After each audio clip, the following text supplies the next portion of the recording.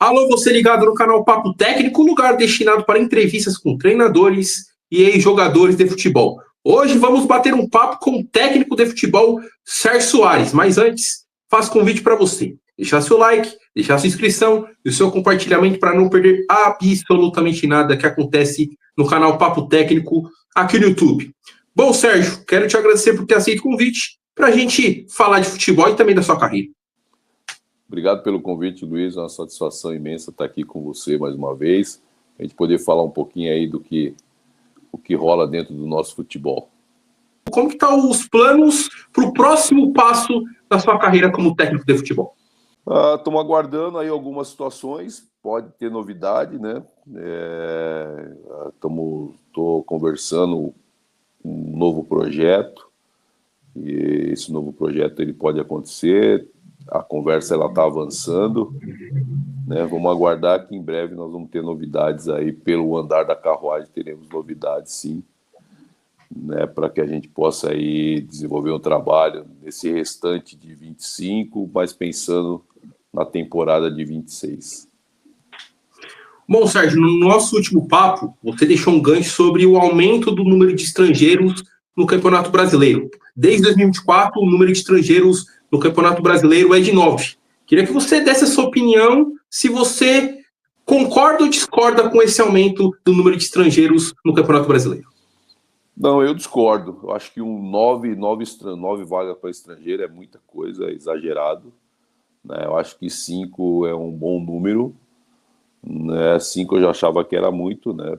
Mas eu acho que acaba sendo um bom número, até pela globalização. E eu digo por que eu acho que o 9 é um número exagerado. Hoje ou amanhã, nós não vamos sentir efeito nenhum com relação a essa questão, né? Mas daqui 5, 10 anos, se continuar ainda essa questão de 9 estrangeiros, nós vamos ter times que vão ter apenas estrangeiros nas suas equipes. A gente tem o exemplo do Grêmio, que tem 12 estrangeiros no elenco do Grêmio. Recentemente nós tivemos aí um mata-mata, oitava de finais, Palmeiras e Corinthians, tinha 6, 7 estrangeiros em cada equipe. E eu sou contra, muito contra, porque a gente vai impedir a renovação, né, do futebol brasileiro, e isso vai refletir na seleção. Jogadores vão sair cada vez mais cedo, e cada vez mais cedo saindo, eles vão ser maturados com uma outra escola de futebol que não é a nossa, né? A gente já há algum tempo deixou, né, um pouco da nossa essência dentro do futebol brasileiro. Aí todo mundo pergunta, mas por que você deixou a nossa essência? Porque a gente tá formando de forma equivocada. E os jogadores que estão tendo o seu término de formação, eles estão sendo formados em outra escola, né, que não é a brasileira, né? Os jogadores estão saindo cada vez mais novos, está fechando cada vez mais espaço para oportunizar os jogadores mais jovens, né, nos grandes clubes, os clubes que fornecem atletas à seleção brasileira. Exemplo a gente viu o São Paulo recentemente, o São Paulo só aproveitou os jogadores jovens porque os atletas machucaram. Você não ia conhecer nenhum desses atletas que surgiram bem, respondendo bem na equipe do São Paulo, jogando Libertadores, que é um campeonato mais pesado, e eles acabaram dando uma resposta positiva, mas a oportunidade surgiu pelo fato dos atletas estarem machucados, né? Quanto mais atletas estrangeiros estiverem na equipe principal, eu vejo que dificilmente vai acontecer a oportunidade para os jogadores jovens. Se você olhar a Sociedade Esportiva Palmeiras, ela é um time que tem muitos jogadores que estão tendo oportunidade, sim, né? Os jogadores estão aparecendo, o Palmeiras está vendendo e tem jogadores estrangeiros. E a gente sabe quantos jogadores também da base do Palmeiras foram vendidos, né? Então eu acho que jogadores poderiam ter mais oportunidades, os jogadores ia ter uma maturação no futebol brasileiro. Eu tenho como exemplo o Neymar. O Neymar saiu do Brasil um pouco mais tarde e conseguiu sair e vivenciar algo importante no futebol europeu. E é isso. A minha restrição é com relação a essa questão, né, que a seleção brasileira terá problemas sim no futuro.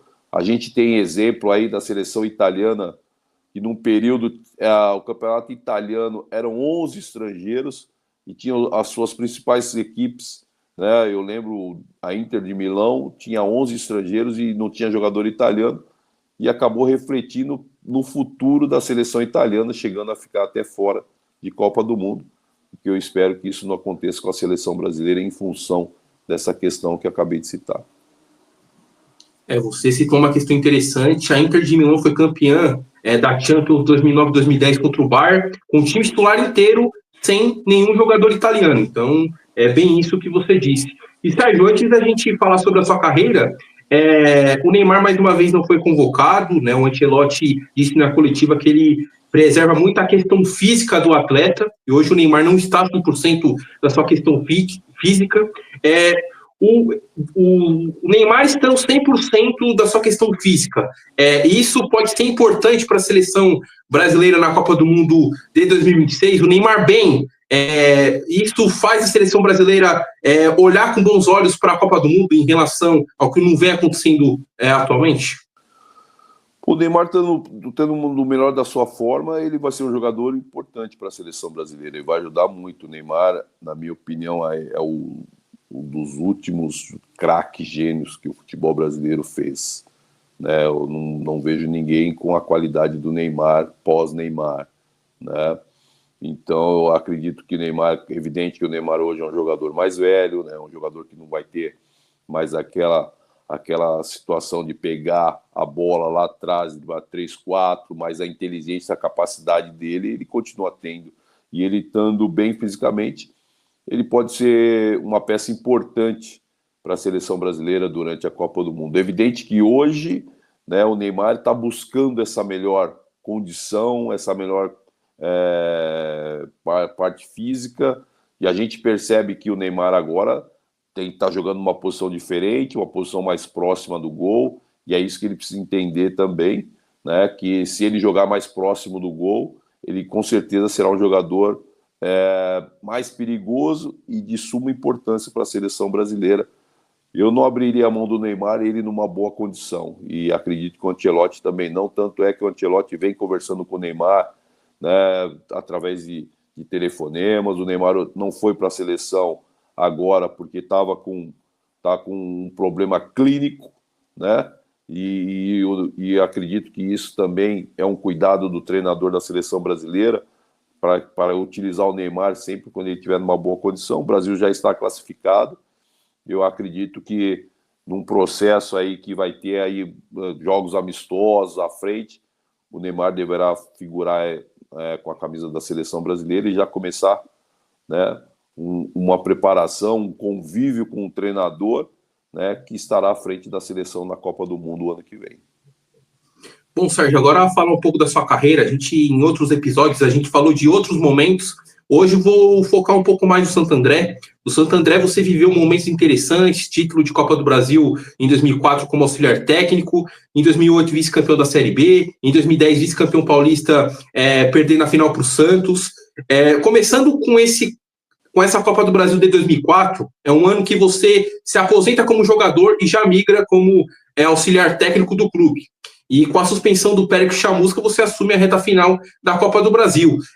Falando sobre, principalmente, o jogo da volta contra o Flamengo, da final. O jogo da ida foi 2-2 no Palestra Itália, o jogo da volta foi 2-0 para o Santo André. Queria que você falasse um pouco da estratégia montada pelo Santo André contra esse time do Flamengo, treinado pelo Abel Braga, que tinha o Felipe, o maestro, como seu principal jogador.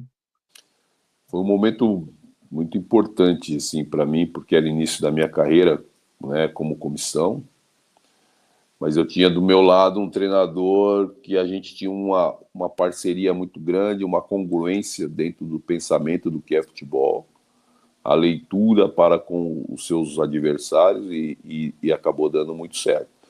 Nesse último jogo, a estratégia para o jogo era segurar o Flamengo do primeiro tempo, né, dificultar ao máximo o Flamengo de jogar, não ter tanta iniciativa para a fase ofensiva, era para neutralizar realmente o Flamengo. O Foi determinado que o Dirceu e o Ramalho cuidasse e vigiasse muito de perto o Felipe Maestro, que era a principal peça do Flamengo naquele momento. É o cara que pensava o jogo, que dava o ritmo, era uma peça fundamental, né, na construção ofensiva do Flamengo. E o Dirceu, nós determinamos que o Dirceu e o Ramalho, né, cuidassem de perto. O Ramalho era um volante que saía mais. Quando o Ramalho saísse, que o Dirceu realmente vigiasse o Felipe bem próximo, a gente usava o termo que era estar dentro dele, né? Tá? E o Dirceu conseguiu fazer isso junto com o Ramalho. E com isso nós dificultamos as ações do Flamengo na primeira etapa. Né? Em contrapartida, tínhamos a informação, e isso analisada por mim, né, de que o Flamengo tinha um pouco mais de dificuldade físico a partir dos 20 minutos da segunda etapa. E com isso nós criamos essa estratégia de segurar o Flamengo realmente no primeiro tempo. E a ideia era soltar o time já a partir dos 15 minutos. Só que nós tivemos a felicidade de um gol de bola parada, numa cabeçada do Sandro aos 6 minutos do segundo tempo, numa jogada trabalhada sempre pelo Chamusca, né, que era bola parada. E o Sandro é um exímio cabeceador e acabou que deu tudo certo e nós fizemos 1-0 com 6 minutos. Dentro da nossa estratégia, que nós dificultamos o Flamengo na primeira etapa, jamais o Flamengo ia jogar com o regulamento embaixo do braço, né? O Flamengo jogando dentro do Maracanã, diante do seu torcedor, com o Santo André, né? Um time inferior, não tecnicamente, mas em termos de história, inferior. O torcedor não ia admitir que o Flamengo ficasse atrás, e foi isso que aconteceu. O Flamengo tentou, e nós conseguimos neutralizar, desgastando muito o Flamengo naquele primeiro tempo. E na segunda etapa nós soltamos um pouco mais o time, fizemos 1-0 e com 22, 23 nós acabamos fazendo 2-0. E o Santo André foi tomando conta do jogo. O Abel fez algumas alterações, ele botou o Atirson, que era um jogador interessante também, mas estava na reserva, devia ter algum problema, né, clínico, que quem jogava era o Roger, na lateral esquerda, e o Atirson entrou. Quando o Atirson entrou, eu me atentei, eu tinha o Nelsinho na ala, eu tirei o Nelsinho, coloquei o Daguia, e lembro bem que eu disse para o Daguia, você não vai fazer outra coisa a não ser acompanhar o Atirson, ele também não pode jogar, porque o Felipe já estava sendo muito bem vigiado até então, e o Atirson é um jogador de muita qualidade, apesar que ia jogar pelo corredor do lado esquerdo, mas ele poderia nos causar algum problema, né, na parte defensiva. E a entrada do Daguia neutralizou o Atirson e a gente continuou, né, mandando no jogo. E quando, Luiz, você está num estádio com 80 mil pessoas, né, 90% do torcedor é do time da casa, mas o estádio está mudo, é porque realmente você está muito bem no jogo. E a gente acabou ali no final, faltando 10 minutos, a gente conseguiu escutar a torcida do Santo André gritando Santo André, porque realmente a gente estava muito bem e muito próximo de um sonho que era conquistar a Copa do Brasil. Bom, Sérgio, agora pulando para 2010, é um trabalho bem interessante. A gente pode dizer que foi a melhor final dos últimos anos de Campeonato Paulista, 2 jogos de pura trocação entre Santos de Dorival Júnior contra Santo André, treinado por Sérgio Soares. E o Santo André faz uma boa primeira fase, é o segundo da primeira fase, com o Santos sendo a melhor campanha.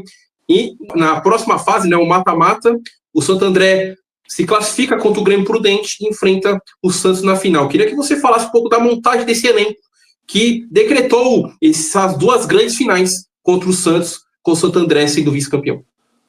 Bom, a ideia da montagem do elenco ela começou ali em dezembro de 2009, né? Depois do término do Brasileiro, que o Santo André tinha Marcelinho, tinha alguns jogadores experientes, e esses jogadores experientes acabaram saindo e houve uma renovação, o caso do Fernando Volante, o próprio Marcelinho, como eu acabei de citar, né, Gustavo Neri, enfim, alguns jogadores que foram contratados para aquela temporada e que no final a gente optou por renovar e montar um novo elenco, um elenco mais novo, mais enxuto, mais jovem. E foi assim que nós o fizemos, né? A nossa preparação em Poços de Caldas, nossa primeira reunião, eu fui muito claro com o elenco, né? Nós seríamos um time com coragem, nós seríamos um time que iria jogar em qualquer lugar da mesma maneira, aquilo que eu acredito do futebol, um time que tenha ofensividade. Hoje a gente fala de transição, organização ofensiva, né? Mas era um time que ia ter a bola, ia jogar dentro do adversário. E isso aconteceu a partir já da primeira rodada que nós estreamos contra a Ponte Preta lá em Campinas, que o jogo foi 1-1.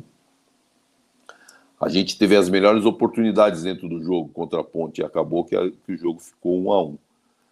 E essa coragem, ela foi crescendo dentro da competição. Fizemos alguns grandes jogos, né? O jogo com o Santos no Bruno foi ali um aperitivo do que seria os jogos finais, né? Que o Neymar ganhou o prêmio Puskás fazendo um belo gol, né? O Santos acabou ganhando de 2-1, nós fizemos o gol com o Rodriguinho, mas foi um jogo muito igual, com, na minha opinião, o melhor Santos de 10 para cá.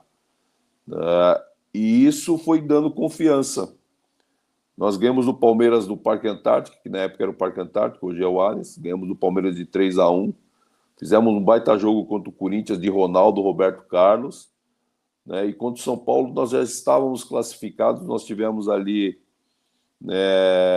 a tranquilidade para poupar alguns jogadores, pelo fato de nós já estarmos classificados na segunda colocação, né? Independente do que acontecesse no jogo, a gente não perderia essa segunda posição. E o Santo André fez um campeonato muito seguro, mas um campeonato de um time que tinha coragem de jogar. E quando nós fomos à semifinal, primeiro jogo nós ganhamos do Prudente lá em Presidente Prudente, 2-1 de virada, né? Não foi novidade, porque esse time ele fazia resultados fora de casa. Nós chegamos a ganhar do Sertãozinho de 3-2 em Sertãozinho, do próprio Prudente ganhamos de 3-1 durante a fase de classificação. Fizemos jogos que a equipe ela foi formada para jogar, formada para enfrentar qualquer adversário. E quando nós chegamos na final contra o Santos, não podia ser diferente, porque a equipe já estava consolidada com o jeito de jogar. E fizemos 2 grandes jogos, todo mundo... Aquele cara que chegasse no Brasil, não conhecesse o Santo André, não conhecesse um pouco do futebol brasileiro, com certeza estaria vendo ali 2 equipes do mesmo nível jogando, podemos dizer assim, 2 equipes grandes jogando, e na verdade era o Santo André que foi criando casca, foi se consolidando, e foi um time dentro daquilo que eu acredito de futebol naquele ano 2010. E nas finais nós não fizemos diferente, nós apenas, né, cumprimos aquilo que nós tínhamos programado lá em dezembro de 2009, que era ter um time com qualidade para jogar. Trouxemos alguns jogadores interessantes, o caso do Branquinho, o Bruno César já fazia parte do elenco, trouxemos o Gil, que infelizmente não está mais entre nós, o Alê, volante, o Carlinhos já estava treinando desde outubro, o Carlinhos lateral esquerdo, né? O Nunes fez uma ótima dupla ali com o Rodriguinho, que eram remanescentes de 2009, e efetivei o Júlio César goleiro, que fazia parte do elenco, mas estava na reserva do Neneca, aí inverteu, o Neneca foi para a suplência e o Júlio César foi ser o titular, tinha o Cicinho que era remanescente, enfim, foi um elenco montado, que era para jogar futebol, e infelizmente por um detalhe a gente não conseguiu o título, e eu brinco com o Salve até hoje, que ele me tirou um título em 2010, ele joga na conta da Maria Elisa da Bandeira, que anulou um gol legítimo, que seria o 4-2, que nos daria, né, o título em 2010. Mas eu fico muito orgulhoso de ter feito parte desse trabalho, desse ótimo trabalho que foi feito no Ramalhão em 2010, no Paulistão. Bom, Sérgio, depois dessa campanha, apesar do vice-campeonato, você teve oportunidades para treinar equipes nas principais competições, Série A, Série B, Copa do Brasil, Sul-Americana com o Bahia em 2015. Na sua opinião, qual foi o principal fator para você não ter tido mais oportunidades nessas principais competições, até pegando o exemplo recente? Você é importante no acesso da Portuguesa, no retorno da Portuguesa à elite do futebol paulista, mas acaba não tendo continuidade no comando técnico para treinar a equipe na primeira divisão do Paulistão. Pô, Luiz, eu faço essa pergunta para mim até hoje, né, cara? eu não consigo entender por que não ter dado sequência, né, nas oportunidades, principalmente aí no top 12 do futebol brasileiro. Eu acho que o trabalho respaldava para que isso acontecesse, né, e eu me pergunto por que não aconteceu uma sequência dentro desse cenário que nós levantamos agora.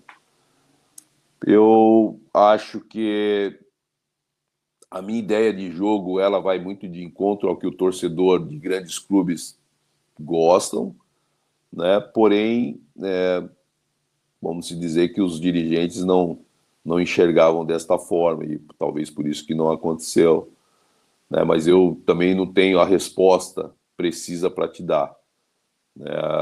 Talvez um dia eu possa ter essa resposta e te falar, mas hoje, passados já alguns anos, eu ainda não tenho. Bom, Sérgio, para a gente já encaminhar para a reta final do nosso bate-papo, você teve bons trabalhos por Ceará e por Bahia. Queria que você fizesse uma análise do momento atual das equipes, né? O Ceará, que faz um trabalho bem equilibrado na Série A sob o comando do Léo Condé, e o Bahia já vem batendo de frente nas principais competições sob o comando do Rogério Ceni, Brasileiro, Copa do Brasil, e recentemente disputou uma edição de Libertadores. Então, vou começar pelo Ceará, que foi onde eu fui primeiro, e depois o Sport Clube Bahia.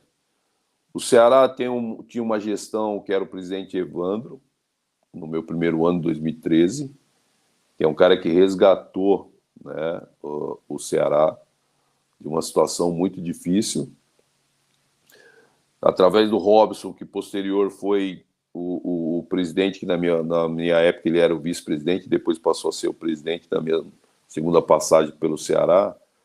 Essas são as pessoas responsáveis por esse momento do Ceará, né? Botaram o Ceará, organizaram o Ceará. O Ceará é um clube que cresceu no sentido de estrutura, né? Cresceu no sentido de que o futebol não é... Porque tinha muitas coisas no Ceará que era só olhar para o lado doméstico. O Ceará era um clube muito doméstico, muito dentro de Fortaleza, dentro do estado do Ceará, né, mais ali na região do Nordeste. E essas pessoas, eles entenderam que o Ceará poderia ser maior que isso, e por isso organizou o clube. Na minha passagem, eu fui um cara que mudei a maneira do torcedor, né, ver o Ceará jogar, né, dentro daquilo que eu acredito de futebol, no aspecto técnico, né, de ser um time que tem uma torcida gigante. A torcida do Ceará, ela é gigante, vibrante, né? Eu consegui mudar uma filosofia de jogo dentro do Ceará Esporte Clube, que foi... O Ceará subiu em 2009, jogava com 3 volantes, e eu cheguei lá e mudei completamente esse conceito. Então eu vejo que eu pude contribuir um pouco nessa mudança, mas a mudança passou por parte dessas pessoas, do Evandro, do Robson, e hoje o presidente é o João Paulo, que na minha época ele era o diretor financeiro. Então são pessoas internas do clube que fez com que o Ceará realmente pensasse diferente, pensasse com a grandeza que o torcedor merece, que a torcida merece, dessa torcida que é grande, que é gigante. E hoje o Ceará está de novo numa Série A de Brasileiro, fazendo uma boa e ótima campanha. Já o Bahia, quando eu cheguei no Bahia, eu fui contratado pelo Marcelo Santana, que tinha acabado de ganhar a eleição, e o Bahia vivia um momento muito difícil, né? O Bahia estava de algum tempo sem ganhar o Campeonato Baiano, estava algum tempo sem chegar em finais de Copa do Nordeste, e tinha acabado de cair para uma Série B do Campeonato Brasileiro. E a chegada do Marcelo e a minha contratação, e isso é palavra do próprio Marcelo, tá, Luiz?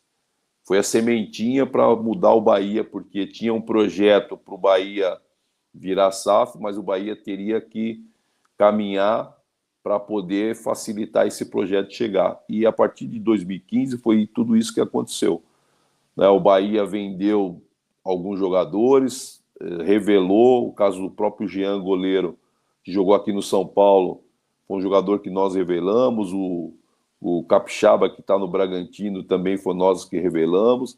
Enfim, nós demos oportunidades a vários jogadores da base, claro, dentro de um projeto, né, estipulado pelo presidente, que teria que usar a base, e é algo que a gente ficava muito confortável a fazer, e isso aconteceu.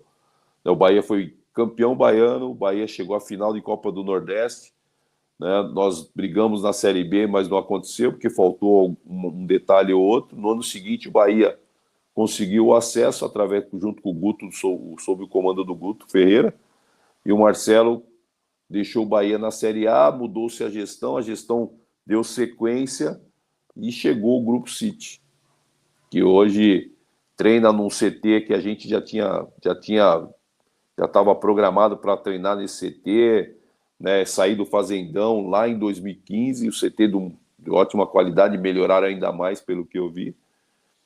E para mim não é nenhuma novidade ver o Bahia, né, nessa situação, nesse bom momento, com um treinador que já está lá há algum tempo, né, um treinador que eu acho que a continuidade ela é importante, e o Rogério vem fazendo um grande trabalho de um Bahia que daqui um pouco vai estar já está, né? Mas eu acho que a conquista ela vai dar o carimbo para consolidar o Bahia em um patamar completamente diferente e que o torcedor merece também, que a torcida do Bahia é uma torcida extremamente apaixonada, uma torcida vibrante, tem torcida no nosso país inteiro, e eu fico feliz de alguma maneira ou outra, né, ter botado uma sementinha nessas duas agremiações aí, ver essas agremiações crescendo e caminhando, né, com um jeito de jogar e competir com o eixo Rio-São Paulo. Sérgio, antes da gente encerrar de vez, você citou a mudança de filosofia depois da sua chegada no Ceará, e um jogo marcante foi a classificação contra o Internacional na Copa do Brasil, o Internacional treinado por Abel Braga, que o Ceará venceu os 2 jogos, principalmente jogando dentro do Beira-Rio. Queria que você, para a gente encerrar, falasse um pouco sobre esse confronto. Foi um baita confronto, né? Foi aquilo que eu acredito de futebol, né, Luiz? Você tem que jogar dentro ou fora, claro que você tem que ter os seus cuidados, mas você tem que ter uma cara de um jeito de jogar e não mudar o seu jeito de jogar, ir para um jogo de imposição. O jogo do Beira-Rio, o Abel se surpreendeu, porque a gente jogou com apenas um volante, e esse volante era o João Marcos, que na verdade, quando eu cheguei lá, o João era um segundo volante, eu transformei ele em primeiro volante. E o Ricardinho, que era um meio, eu transformei o Ricardinho num segundo volante. E a gente não tinha um cara de marcação específica dentro da equipe do Ceará. E nós fomos para Porto Alegre para poder jogar e fazer resultado. E isso aconteceu. Tinha jogadores de muita qualidade, Magno Alves, o Bill, o Nicão jogando muito, né? O Eduardo, o meia canhoto, o Vicente, o lateral esquerdo, o próprio João Marcos, o Ricardo, que era um cara que pensava o jogo, né? Tinha uma dupla de zaga muito firme, que na época era o Ivo e o Sandro. O Samuel Xavier era meu lateral direito, que hoje está brilhando aí no Fluminense. E tinha mais gente na suplência que contribuía demais. E nós fomos para Porto Alegre dentro daquilo que eu acreditava e fizemos um grande jogo. O Abel me deu os parabéns, porque foi o primeiro time que foi a Porto Alegre para jogar, não foi para se defender. Nós ganhamos de 2-1, ainda perdemos uma penalidade que o Magno desperdiçou. Fizemos a vitória no Beira-Rio e fizemos a vitória em Fortaleza, vencendo por 3-1 o Internacional, alcançando uma classificação, mas jogando futebol. Foi um momento importante, né, mas uma situação a qual eu acredito no futebol, Luiz. Né, você precisa criar uma identidade, e a identidade que o Ceará que eu tinha criado é aquela que eu acredito, que você tem que ter a bola e atacar o adversário. Claro que tem que ter os cuidados, mas você tem que procurar atacar. E quando você joga num time gigante, que tem uma torcida enorme, isso aí reflete demais dentro do campo de jogo. E foi isso que nós fizemos nesse jogo de 180 minutos, o primeiro 90 no Beira-Rio, e a vitória, e confirmamos a vitória dentro do Castelão, contra um baita adversário, com Dida no gol, né? O time do Internacional era muito forte, e a gente conseguiu sair de lá vencedor. Bom, Sérgio, quero te agradecer por ter aceito o convite para a gente bater mais um papo aqui no Papo Técnico e te desejo sucesso no seu próximo desafio na carreira como técnico de futebol. Valeu, Luiz. Eu que agradeço, estou sempre à disposição. É muito legal sempre bater um papo com você. Até a próxima, meu amigo. Obrigado pelo convite. Então, esse foi Sérgio Soares, técnico de futebol. E se você gostou do bate-papo, faço o convite para você. Deixar seu like, a sua inscrição, o seu compartilhamento para não perder absolutamente nada que acontece no canal Papo Técnico aqui no YouTube. Então é isso, até a próxima. Tchau!